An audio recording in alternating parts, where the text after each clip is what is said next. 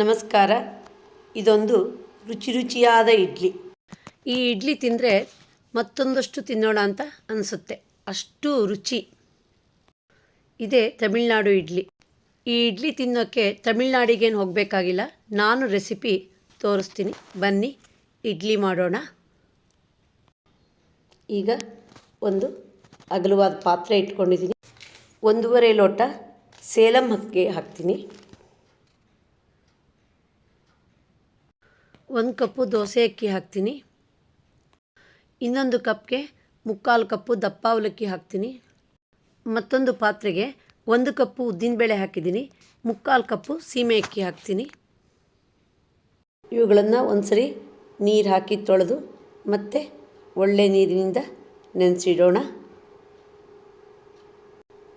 6 ಗಂಟೆಗಳ ಕಾಲ ನೆನೆಸಿಡಬೇಕು. ಅವಲಕ್ಕಿ ಹೆಚ್ಚಾಗಿ ಲೇಟಾಗಿ ನೆನೆಸ್ತಾರೆ. ನಾನು ಇದ್ರ ಜೊತೆನೇ ನೆನೆಸ್ತೀನಿ, ಯಾಕಂದರೆ ಉದ್ದು ಸೀಮೆ ಅಕ್ಕಿ ಜೊತೆ ಅವಲಕ್ಕಿನೂ ಸಹ ಅಷ್ಟೇ ನುಣ್ಣಗಾಗಿ ರುಬ್ಬಬೇಕು. ನೆನೆಸಿ 6 ಗಂಟೆ ಆಗಿದೆ. ಈಗ ರುಬ್ಬಕ್ಕೆ ಗ್ರೈಂಡ್ರಿಗೆ ಹಾಕೋಣ.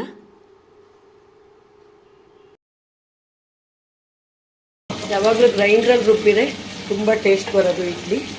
ಇಲ್ಲಿ ಇಡ್ಲಿಯ ಹದಕ್ಕೆ ಗಟ್ಟಿಯಾಗಿ ರುಬ್ಬಬೇಕು. ನಾನಿಲ್ಲಿ 1/4 ಲೋಟದಷ್ಟು ನೀರು ಹಾಕ್ತೀನಿ. ಈಗ ಅವಲಕ್ಕಿ ಹಾಕ್ತೀನಿ. ಅವಲಕ್ಕಿ ಸಹಿತ ನೈಸಾಗಬೇಕು. ಈಗ ನೋಡಿ, ಅಕ್ಕಿ ನೀರು ಬಸ್ತು ಹಾಕಬೇಕು.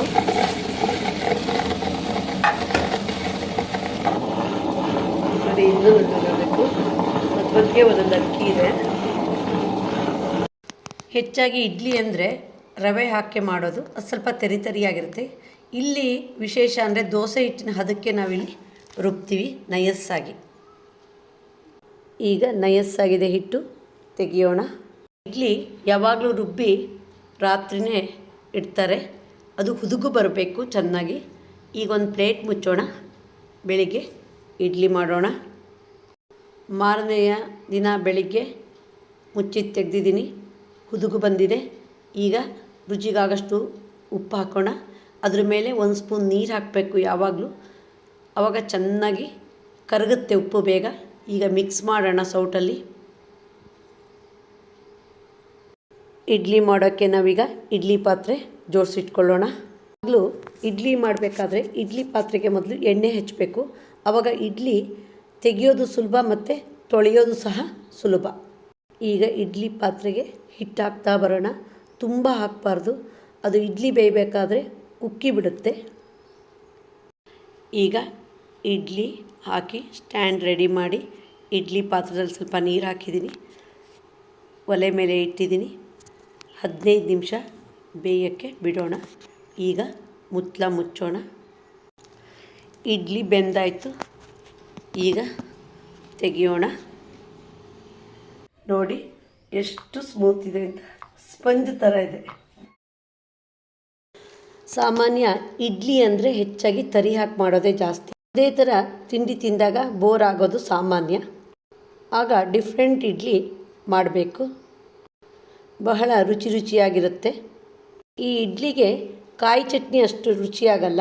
ನಾನಿಲ್ಲಿ ಮಾವಿನ ಶುಂಠಿ ಹಾಕಿ ಕಾಯಿ ಚಟ್ನಿ ಮಾಡಿದ್ದೀನಿ, ಮತ್ತು ಮೆಂತ್ಯ ಸೊಪ್ಪಿನ ದಂಟು ಹಾಕಿ ಅದೊಂದು ಚಟ್ನಿ ಮಾಡಿದ್ದೀನಿ. ಎರಡೂ ತುಂಬ ಟೇಸ್ಟ್ ಕೊಡುತ್ತೆ.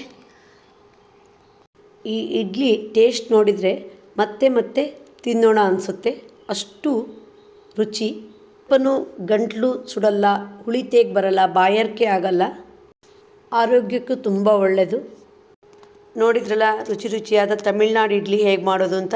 ನೀವು ಒಮ್ಮೆ ಟ್ರೈ ಮಾಡಿ. ನಿಮಗೆ ಈ ವಿಡಿಯೋ ಇಷ್ಟ ಆದರೆ ಲೈಕ್ ಮಾಡಿ, ಶೇರ್ ಮಾಡಿ, ಸಬ್ಸ್ಕ್ರೈಬ್ ಮಾಡಿ. ಧನ್ಯವಾದಗಳು.